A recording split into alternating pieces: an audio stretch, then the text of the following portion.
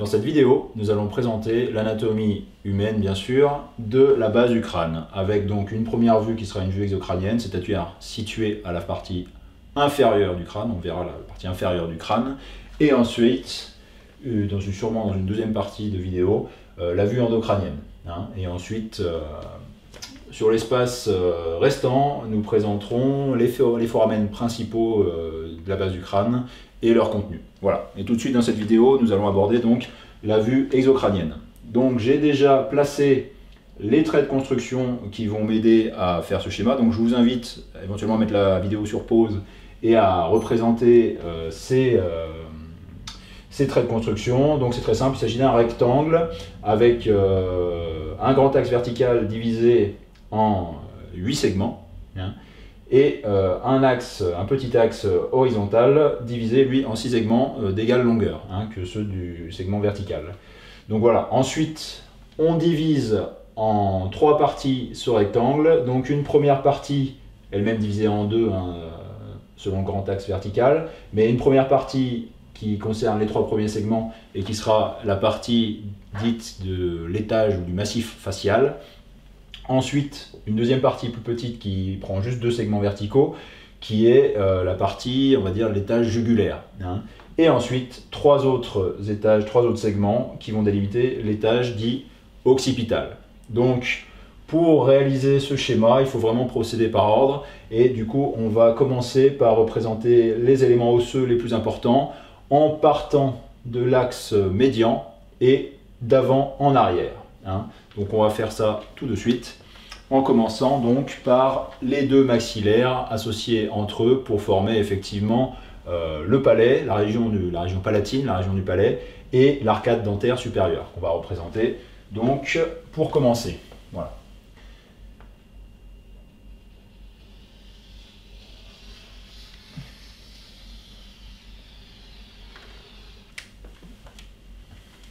Comme ceci, on va représenter donc l'arcade dentaire ici,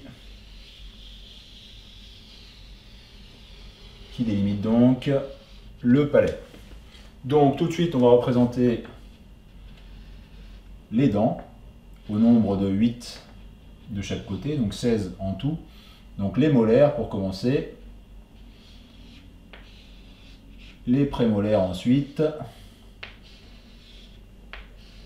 la canine ici et les 2 incisives, voilà, bon. Comme ceci. Et la même chose de l'autre côté, donc bon. Légère asymétrie au niveau de l'arcade dentaire. Voilà. C'est plus simple en effet de commencer en général par les incisives. Moi j'ai commencé par les molaires.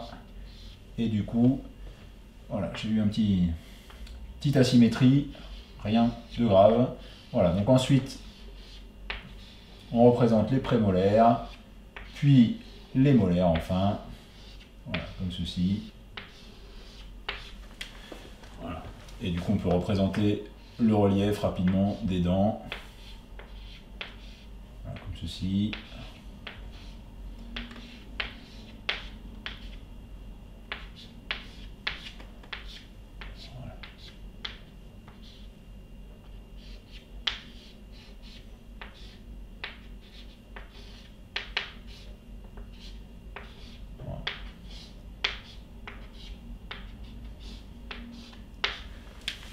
Donc,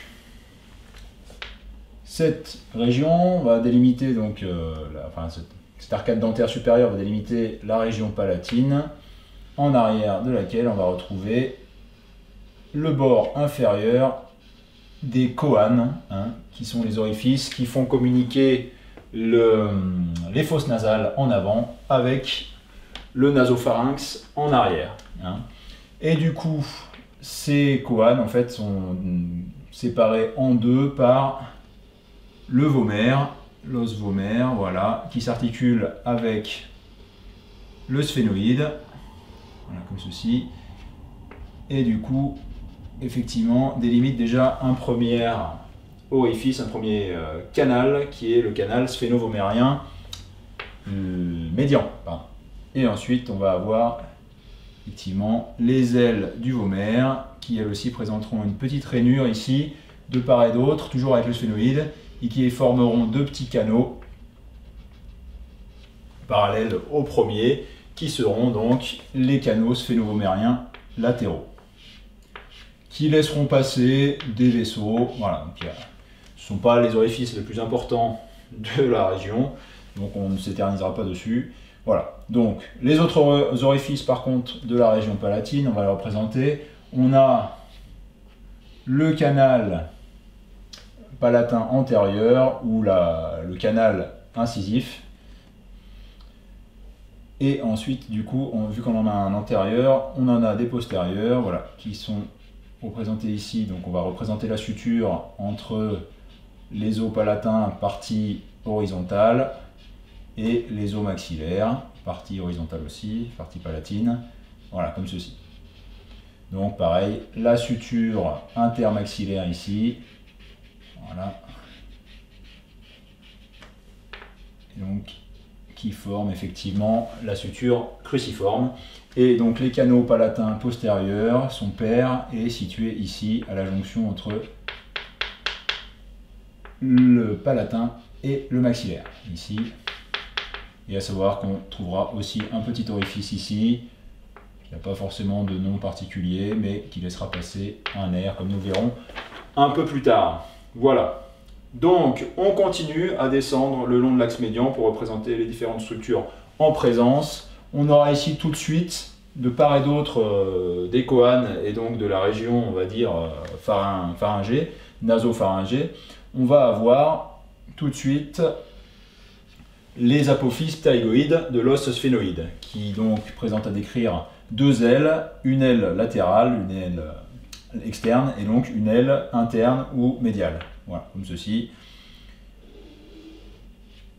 Et donc là, on représente l'aile externe et ensuite l'aile interne qui présente un crochet, comme ceci, qui laissera coulisser un tendon, le tendon du péristaphylin externe. Voilà, comme ceci. Voilà, donc ici, nous avons du côté droit l'apophyse ptérygoïde et ses deux ailes, comme ceci. Donc on va représenter son homologue du côté opposé. Ici, voilà, donc l'apophyse ptérygoïde gauche avec l'aile externe et l'aile interne et son petit amatome. Voilà, comme ceci. Voilà, donc le crochet, le fameux crochet. Comme ceci. Voilà, donc apophyse ptérygoïde gauche. Voilà, et on représente ici le relief. Voilà. Cette apophyse ptérygoïde, enfin ces deux apophyses, présenteront à la base un petit foramen qu'on appelle le canal ptérygoïdien, hein, et anciennement c'est le canal vidien. Donc on verra le contenu aussi tout à l'heure. De la même façon, là au niveau des choanes, on peut représenter tout de suite un autre foramen qui est le foramen sphénopalatin. Voilà, donc aménagé entre le sphénoïde et le palatin, forcément, comme son nom l'indique. Et ensuite, on peut représenter aussi, on peut faire figurer les cornets, au moins deux cornets, cornet moyen, cornet supérieur par exemple. Voilà. Voilà, pour bien faire figurer que nous sommes ici au niveau des fosses nasales. On continue, et donc ensuite, on arrive ici à la jonction entre le sphénoïde et l'os occipital. Voilà, donc je vais représenter ici la partie antérieure de l'os occipital et rapidement on va arriver ici au niveau du foramen magnum. Voilà, donc l'orifice le plus important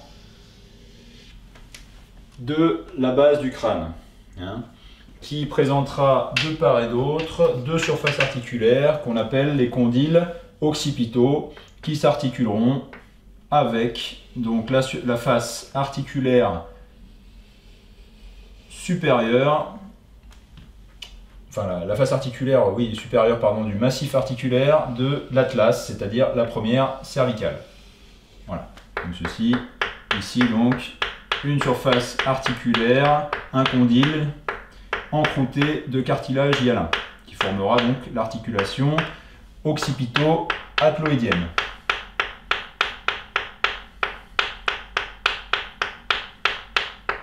Voilà, comme ceci. Et donc, sur cette surface occipitale, on va avoir quelques éléments notables qu'on va représenter tout de suite. Donc une fossette naviculaire ici, qui en arrière est suivie d'un tubercule, le tubercule pharyngé, qui donnera pareil insertion à différents éléments que nous reverrons. Et ensuite, de part et d'autre de cette ligne médiane, on retrouve ici des petites crêtes osseuses qui délimitent des surfaces d'insertion musculaire pour des muscles vermiens. Encore une fois, nous les reverrons tout à l'heure. Voilà. Et on continue donc la description sur l'axe médian avec la crête occipitale, hop, comme ceci, postérieure ici. Et l'écaille donc de l'occipital qui se continue, voilà, vers le sommet du crâne. Donc on va représenter tout de suite ici une partie du temporal et donc une partie de l'écaille de l'occipital, comme ceci.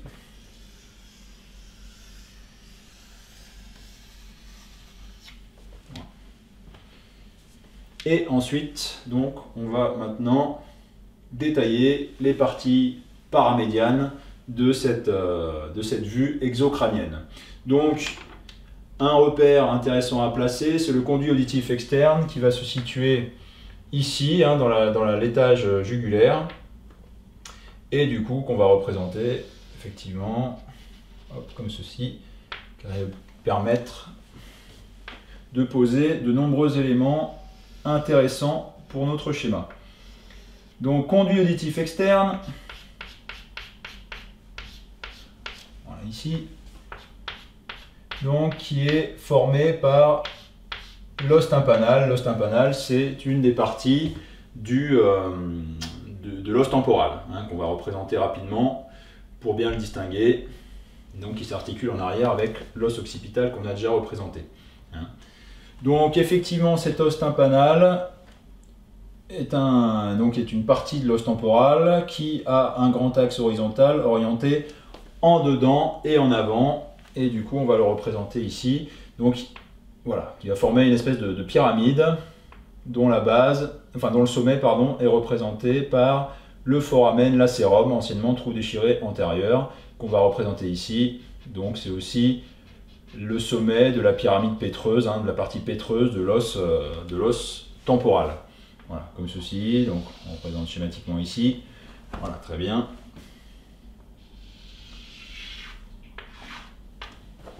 Comme ceci. Et donc cet os tympanal, par contre, effectivement, il va être plus court que la pyramide pétreuse, hein, et donc effectivement il va présenter rapidement, comme ceci, ses limites. Voilà. Donc ici, on a cet os tympanal, voilà, qui se continue, donc qui continue dans l'axe de la pyramide pétreuse ici. Donc ici, on va avoir justement un orifice qui est l'orifice de la trompe auditive, anciennement la trompe d'Eustache, hein.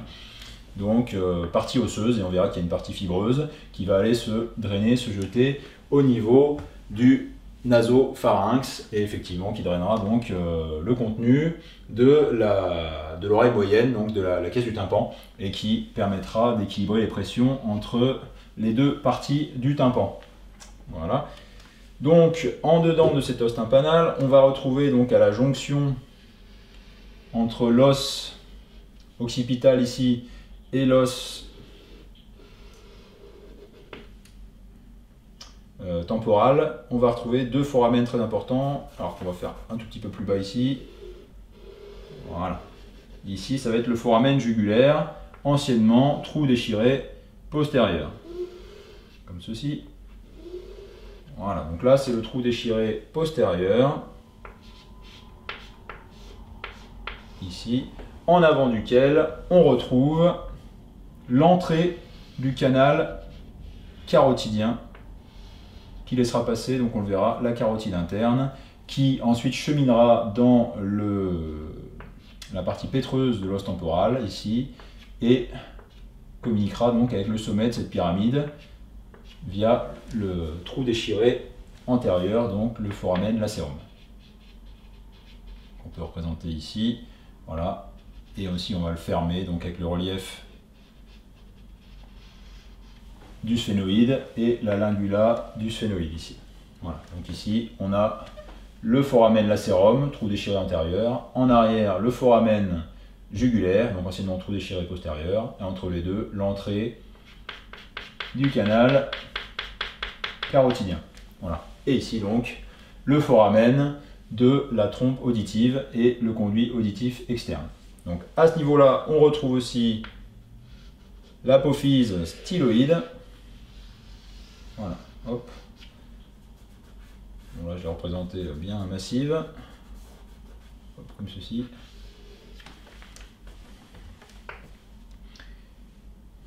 Et pareil, en arrière, donc toujours l'os temporal, en arrière on va retrouver l'apophyse mastoïde ici. Voilà.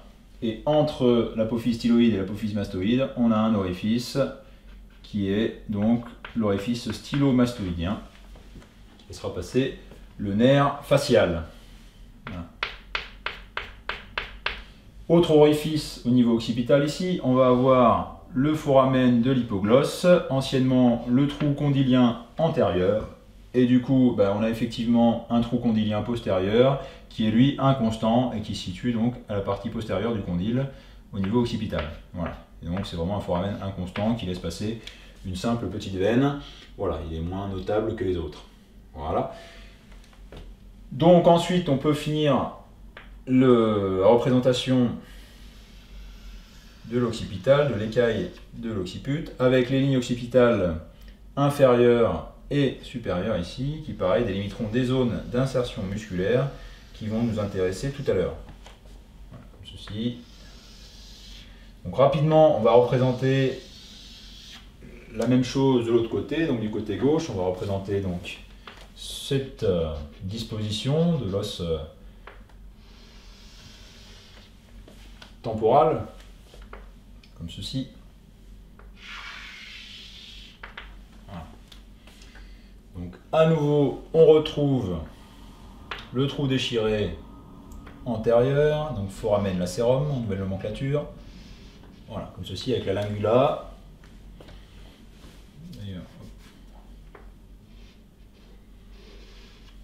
Un peu plus petit, laisser de la place pour le foramen ovale qui sera à côté. Donc ensuite, de la même façon, on représente à nouveau la jonction, la suture entre l'os temporal et l'os occipital.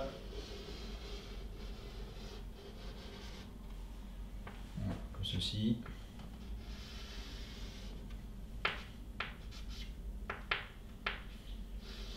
Voilà. Et on peut représenter la suture occipito-temporale ici, pareillement de l'autre côté.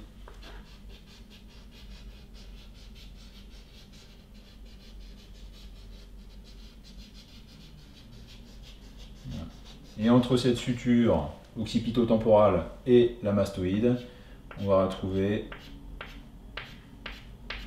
ici une légère gouttière qui sera la gouttière de l'artère occipitale. Voilà. Donc, de la même façon, on représente ici l'apophyse mastoïde qui donnera l'insertion à des muscles puissants que nous reverrons tout à l'heure. Ensuite, pareil, de la même façon, on représente l'apophyse mastoïde ici, le foramen stylomastoïdien, comme ceci, le canal, l'entrée du canal carotidien,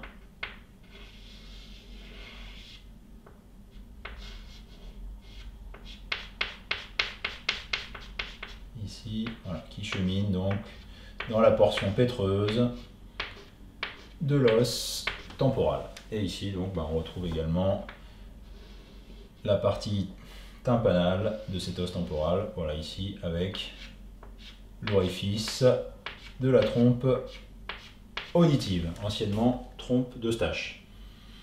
Voilà pour le relief du temporal, donc partie inférieure, mais il y a encore des éléments à ajouter. On va ajouter donc la portion du processus zygomatique, ici à cet endroit-là. Donc effectivement, on va avoir ici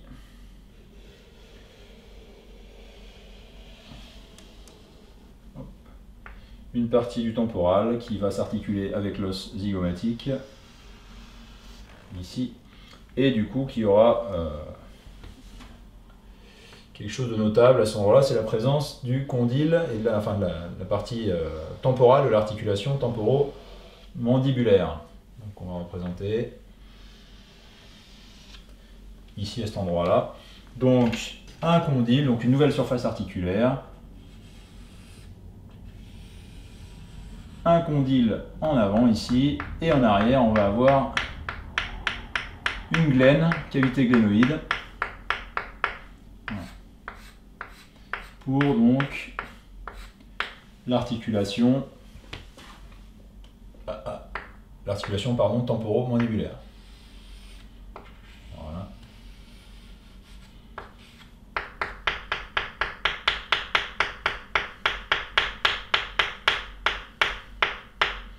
Et pareillement de l'autre côté, donc cavité glénoïde. Voilà.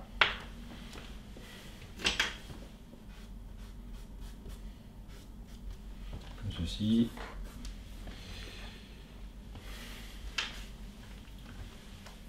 Et donc ensuite, pour finir cette vue inférieure, la partie osseuse, avant de placer les insertions et le contenu des foramen, on va représenter maintenant la face inférieure de l'orbite. On va apercevoir une partie de l'orbite ici. Voilà.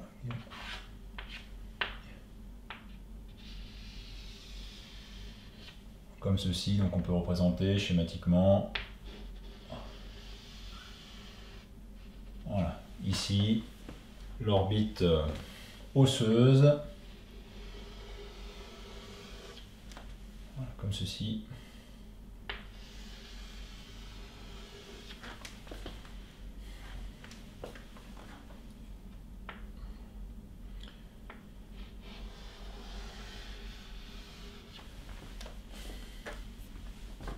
Et donc on va pouvoir terminer de représenter l'os temporal ici.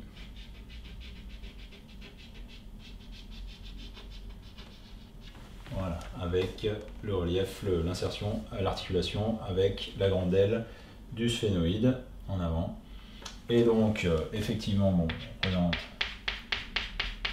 entrée hachurée, voilà, le relief creux de l'orbite. En dessous de laquelle on retrouve le foramen infraorbitaire ici. Et un peu plus bas, on va avoir également la fissure orbitaire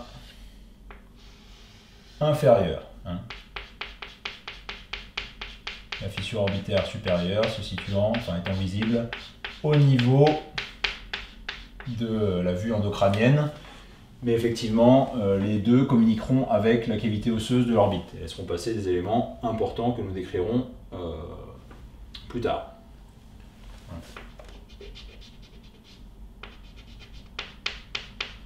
Donc, au niveau de la grande aile du sphénoïde, on représente aussi ici le foramen ovale, en arrière duquel on retrouve le foramen épineux. Voilà. Donc, on peut représenter effectivement ensuite les sutures osseuses, donc entre sphénoïde et maxillaire en avant, et zygomatique aussi. Voilà l'os zygomatique ici. Et on va faire la même chose de l'autre côté. Voilà.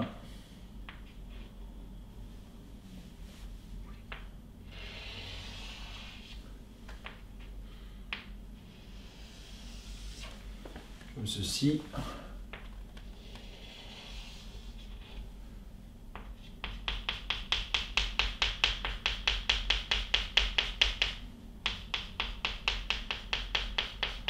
À nouveau, on représente le foramen orbitaire ici. Voilà. Et donc,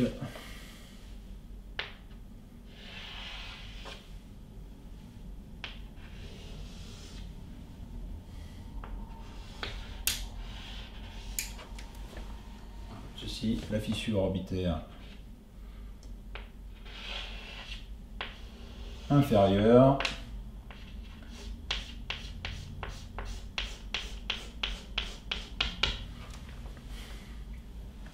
Et les sutures donc, qui viennent former, qui viennent représenter les différents os de la face, donc avec le zygomatique ici, le maxillaire. Voilà. Et pareillement, on délimite la grande aile du sphénoïde ici. Voilà. Et donc la présence du foramen ovale, en arrière duquel on retrouve le foramen épineux. Donc ici, voilà. Les canaux sphéno-vomériens, médians et latéraux, droite et gauche. Et voilà pour les principaux éléments osseux de la région sur cette vue exocrânienne. Donc il va maintenant s'agir du côté gauche, on va représenter, il va s'agir de combler les foramen, montrer ce qui passe dans chacun de ces foramen, le contenu principal. Et ensuite, du côté droit, on représentera les insertions musculaires principales. Donc on délimitera en 5 groupes musculaires, voilà, des groupes topographiques et fonctionnels. Donc tout de suite, on va placer le contenu des différents foramen. On va essayer de partir pareil de la partie antérieure et de descendre vers la partie postérieure. Donc on aura pour la fossette incisive ou canal palatin antérieur le nerf nasopalatin ici, ainsi que l'artère et la veine du même nom, donc nasopalatine ici. Et donc on va placer directement, pour bien aider à comprendre, on va placer directement l'artère sphénopalatine qui passe par le foramen sphénopalatin, qui va se diviser en 2 branches, une palatine descendante, qu'on va retrouver ici, passant par le canal palatin postérieur, une palatine ascendante ici, et voilà, ensuite on aura dans le cheminement, dans la ramification des artères palatines, branche de division de l'artère sphénopalatine, une artère nasopalatine qui passera donc par la fossette incisive. Voilà. Et cette artère sphénopalatine, je vous le rappelle, c'est la branche terminale de l'artère maxillaire ici qui passe ici, qui est une branche terminale elle-même de l'artère carotide externe et qui donnera au passage, voilà, l'artère méningée moyenne qui passera donc dans le foramen épineux et une artère méningée accessoire qui passera donc dans le foramen ovale. Voilà. C'était important de représenter cette artère sphénopalatine et son origine maxillaire pour bien comprendre, voilà, que ces artères et les veines qui les accompagnent proviennent de ce territoire maxillaire, branche terminale de l'artère carotide externe, branche terminale avec la temporale superficielle. Voilà. Et donc bien sûr cette artère maxillaire aussi donnera des rameaux pour les muscles et pour les tissus de la région. Donc au niveau infraorbitaire, on a également donc le nerf infraorbitaire, branche du 5-2 et l'artère et la veine homonyme. Je ne représente pas les veines, hein, sinon ça va vraiment charger le dessin, mais voilà, l'artère infraorbitaire également. Dans la fissure orbitaire inférieure, on a le passage d'une veine ophtalmique, la veine ophtalmique inférieure, qui ira se jeter dans le plexus veineux ptérygoïdien qui est situé ici. On aura également le passage du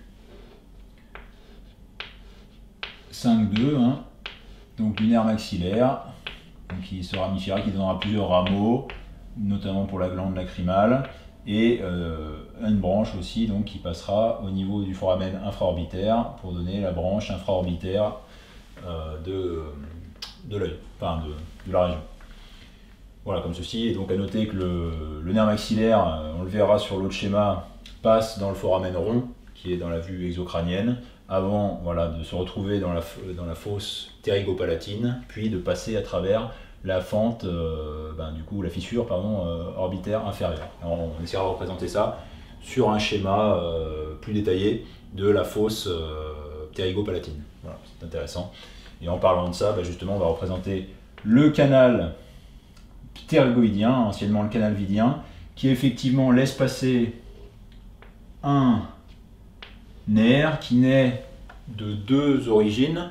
Une origine, justement, qui vient du plexus péricarotidien de l'artère carotide interne, qui donc traverse le trou, le foramen lacérum, donc le trou d'échelle antérieur, est rejoint par un autre nerf qui vient du 7e nerf crânien pour former donc le nerf du canal ptérygoïdien, nerf qui ira se jeter dans le ganglion ptérygopalatin, dont on verra le détail dans la suite de cette vidéo. Voilà, donc qui passe par le canal ptérygoïdien. Voilà, ensuite, au niveau vomérien, au niveau des canaux sphénovomériens, comme je vous dis, c'est des vaisseaux qui passent ici, il n'y a pas d'éléments notables à représenter. Donc on va représenter tout de suite le passage effectivement de l'artère carotide interne, ici, donc carotide interne, qui est d'abord dans sa portion cervicale, ne donne aucune collatérale et est verticale, puis arrivée donc dans ce canal carotidien, elle va se couder à angle droit pour avoir un trajet identique à celui du canal carotidien, à savoir donc horizontal et oblique en avant et en dedans. Donc elle va cheminer effectivement cette artère carotide interne dans la partie pétreuse, je l'ai déjà dit, de l'os temporal, et ensuite passer donc le sommet de la pyramide et se couder à nouveau pour se retrouver dans la région caverneuse.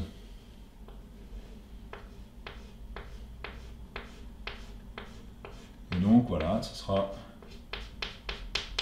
ici cette artère dont on retrouvera un lacis veineux tout autour, donc il y a un plexus veineux qui accompagne l'artère, et du coup effectivement lacis veineux qui communique avec donc, le plexus veineux caverneux. Mais on aura aussi donc un plexus nerveux péricarotidien qui provient du ganglion cervical supérieur au niveau cervical, et c'est à cet endroit-là effectivement qu'on a donc la naissance du nerf pétreux profond ici, donc contingent orthosympathique qui va avec un contingent parasympathique venant du 7e nerf facial, du nerf facial du 7e nerf crânien, former le nerf du canal ptérygoïdien, qu'on avait déjà vu, donc qui passera dans le canal ptérygoïdien pour se jeter dans le ganglion ptérygopalatin. Voilà pour ces deux foramen, pour les passages principaux. Ici, on a également le passage du 5-3, donc le nerf mandibulaire avec deux contingents. Un contingent musculaire pour les muscles masticateurs, dont on représentera les insertions principales à droite, et un contingent sensitif pour l'innervation d'une partie de la face et des muqueuses de la cavité buccale. Donc le 5-3 ici. Voilà. Donc ensuite ici, on l'a déjà dit, c'est le passage donc, de la trompe auditive, donc partie osseuse ici, puis une partie fibreuse, ou fibrocartilagineuse qu'on représentera peut-être du côté droit, nous verrons.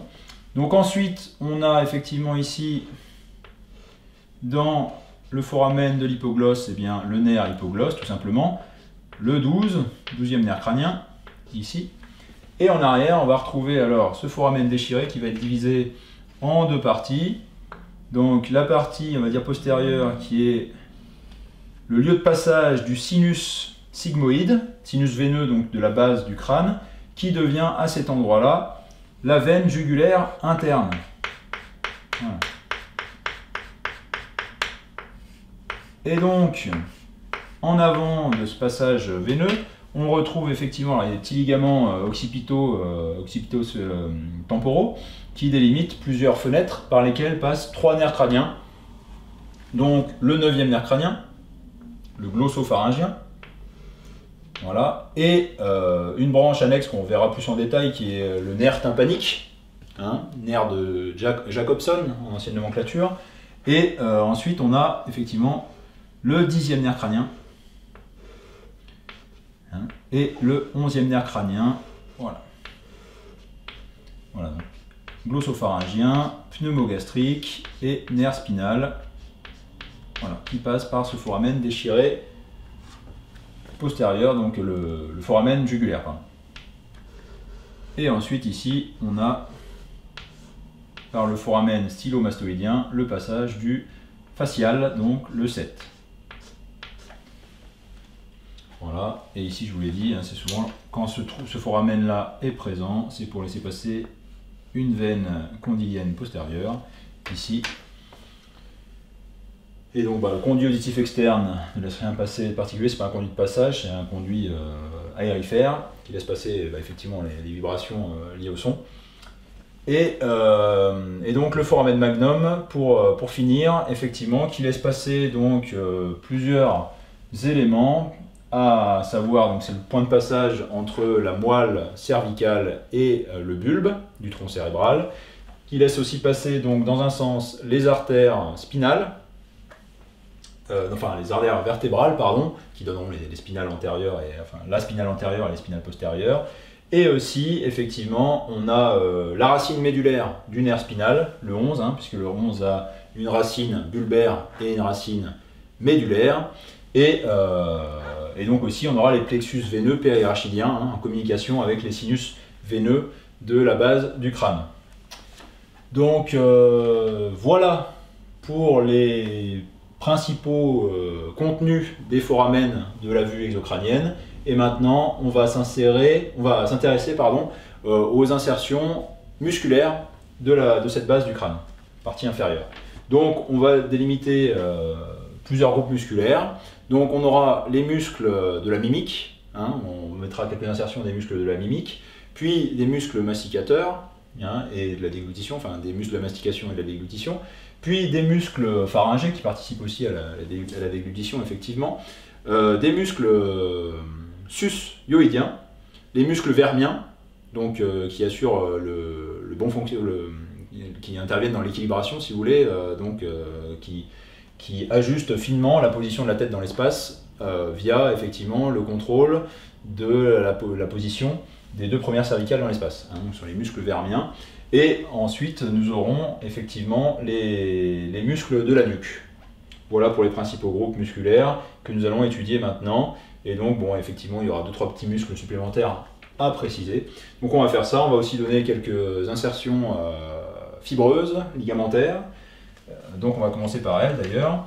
Donc on aura ici, à la jonction, à la suture interpalatine, l'azygos de l'aluette, ici, hein, petite insertion fibreuse, et en dehors desquelles on retrouve l'insertion donc de la ponévrose du voile du palais, ici. Hein. Ensuite, toujours sur l'axe médian, on retrouve ici un ligament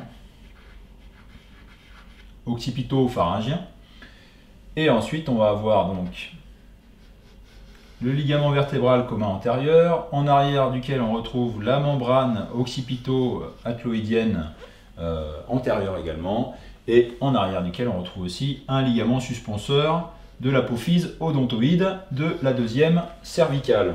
On a ensuite ici de part et d'autre un ligament occipito-atloïdien latéral, voilà, et ensuite une membrane occipito-atloïdienne postérieure, ici, en arrière duquel on va retrouver le ligament cervical postérieur ou ligament nucal, qui est l'équivalent donc du ligament sus-épineux, qui est très épaissi au niveau cervical, hein, qui donne insertion à de nombreux muscles, comme on le verra. Donc voilà pour les éléments fibreux. On va donc maintenant représenter donc les différents groupes musculaires que j'ai évoqués. Donc on va commencer par les muscles de la mimique qu'on peut apercevoir ici. Donc on aura un muscle releveur de la lèvre supérieure ici, qui s'insère à proximité donc, du foramen infraorbitaire. Et ici on aura en dessous l'insertion du muscle canin. Donc quand on... Voilà. Ensuite, on a les insertions des muscles petits et grands zygomatiques, qui s'insèrent voilà, sur l'os zygomatique. Donc voilà pour les muscles de la face, les muscles de la mimique qu'on peut apercevoir ici sur cette vue. Ensuite, on va avoir les muscles qui participent de la mastication et de la déglutition. Donc on va les représenter. On a d'abord un groupe profond, composé notamment par le muscle buccinateur ici.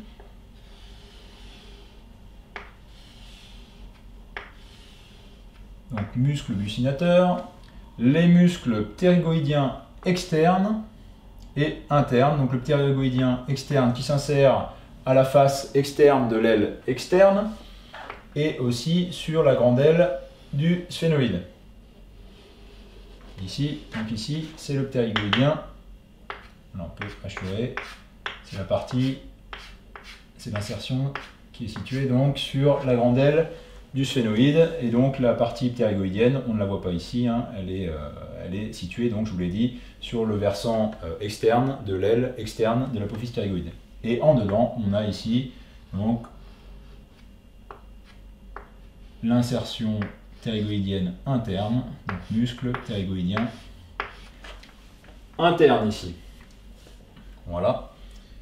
Donc ensuite, ça c'était pour les muscles profonds masticateurs, et donc ensuite on a les muscles plus superficiels. On va avoir le temporal, ici,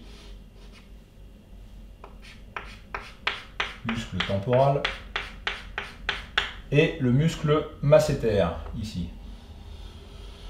Vraiment les muscles puissants de la mastication. Voilà, donc muscle masséter.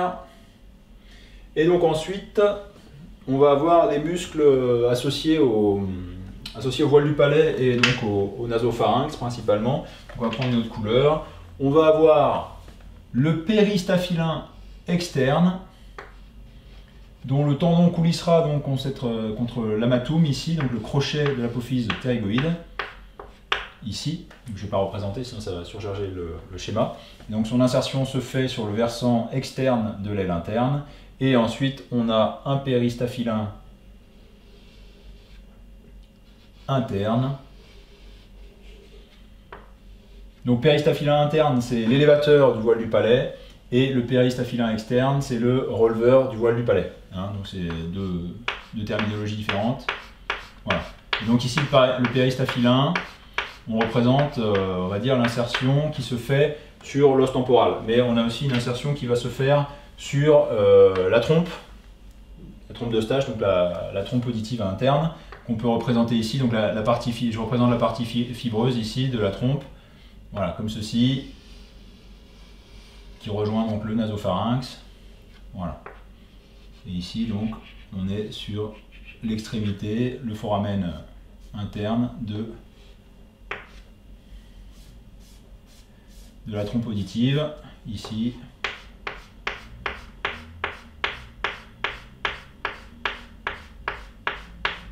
Voilà, donc là c'est la trompe auditive. Et donc, le péristaphylin interne présente une insertion qui se fait sur cette trompe aussi. Donc, insertion dite tubaire. Voilà, donc il y a un muscle pharyngostaphylin aussi qui s'insère donc sur l'extrémité inférieure de l'aile externe de l'apophyse ptérygoïde ici, donc un muscle pharyngostaphylin. Voilà. Et ensuite, dans les autres muscles qui participent un petit peu de la constitution du pharynx et du voile du palais, on a bien sûr l'insertion ici sur le tubercule pharyngé du muscle constricteur supérieur du pharynx, et on a également le muscle ici qui s'insère sur l'apophyse styloïde, le muscle stylo-pharyngien. Donc, je ne l'ai pas précisé jusqu'à présent, mais ces différents groupes musculaires ont des innervations différentes. Donc, effectivement, pour les muscles que je viens de représenter, donc les péristaphylins externes, internes, on va avoir une innervation qui se fait par le 10e nerf crânien. Et pour effectivement le constricteur supérieur et le stylo-pharyngien, on est sur une innervation qui provient du glossopharyngien. Hein. Donc ensuite, pour les muscles de la mastication, on est sur une innervation qui se fait via effectivement le pédicule musculaire du nerf masticateur, nerf mandibulaire, pardon. Voilà, donc pédicule musculaire qui va innerver ces muscles. Voilà. Comme ceci. Donc c'est le 5-3. Et en avant, bien sûr, les muscles de la mimique sont innervés par le nerf facial. Voilà, donc on continue. Maintenant, on passe aux muscles dits vermiens. Donc les muscles de la charnière occipito-atlo-axoïdienne. Donc avec ici un muscle grand droit antérieur de la tête. Et en arrière de lui, on va retrouver un muscle petit droit antérieur de la tête. Voilà. En arrière du foramen jugulaire, ici, on va retrouver le muscle droit latéral de la tête. Et ensuite, en arrière, on va avoir le muscle petit droit postérieur de la tête, en dehors duquel on retrouve le muscle grand droit postérieur de la tête. Et en arrière de ce grand droit postérieur de la tête, on retrouve un muscle petit oblique. Le grand oblique se situera donc entre l'apophyse épineuse de C2 et l'apophyse correspondante de C1. L'apophyse transverse correspondante de C1. Voilà, là ce sont les muscles donc dits vermiens qui eux ont une innervation qui provient donc des premières racines cervicales via le plexus cervical et donc branche postérieure pour les muscles postérieurs et latéraux. Hein. Donc plutôt des territoires C2, C3 et pareil pour les muscles antérieurs, on est souvent sur la deuxième anse du plexus cervical. Et enfin, pour finir, on va compléter les insertions musculaires avec les muscles de la nuque, avec le grand complexus, qu'on appelle aussi le semi-épineux de la tête. Donc muscle grand complexus ici.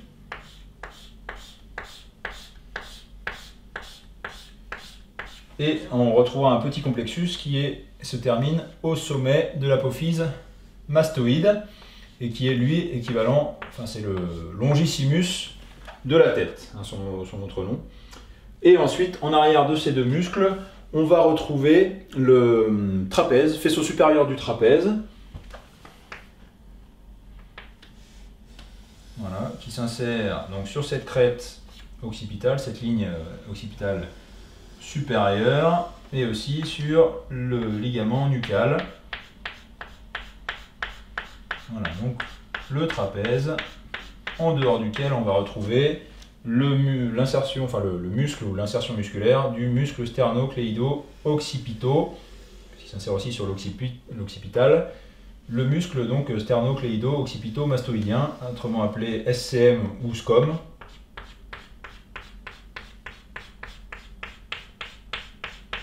Voilà, donc deux muscles puissants, innervés principalement par les branches, les branches motrices c'est un nerf moteur, donc c'est le spinal, donc par le nerf spinal, le 11e nerf crânien, hein, et quelques branches pour l'innervation sensitive de C2. Donc ensuite, bien pour finir avec ces petits schémas, enfin ces insertions musculaires, on va représenter les muscles digastriques. Je prends du rose. Les muscles, le muscle digastrique et le muscle stylo-hyoïdien, donc les muscles du groupe sus-hyoïdien. Donc on a ici le muscle stylo-hyoïdien sera innervé par le facial et donc le 7. Et ici on a le muscle digastrique, donc c'est l'insertion de son ventre postérieur. C'est un muscle digastrique donc, qui coulisse au niveau d'une petite poulie de réflexion qui est située au niveau de l'osioïde et qui va se terminer ensuite au niveau de la mandibule, branche horizontale, partie inférieure. Et du coup, effectivement, le ventre postérieur sera innervé par le nerf facial aussi, le 7, alors que le ventre antérieur, pour le coup, sera innervé par le 5-3, le nerf mandibulaire. Voilà. Donc effectivement, le facial ici, qui donne des rameaux musculaires pour ces deux muscles. Voilà. Donc, a priori, on a présenté tous les éléments essentiels de cette vue. Donc, on va s'arrêter là et dans la suite de cette vidéo, on va pouvoir étudier maintenant la vue endocrânienne. Voilà, je vous remercie de votre attention.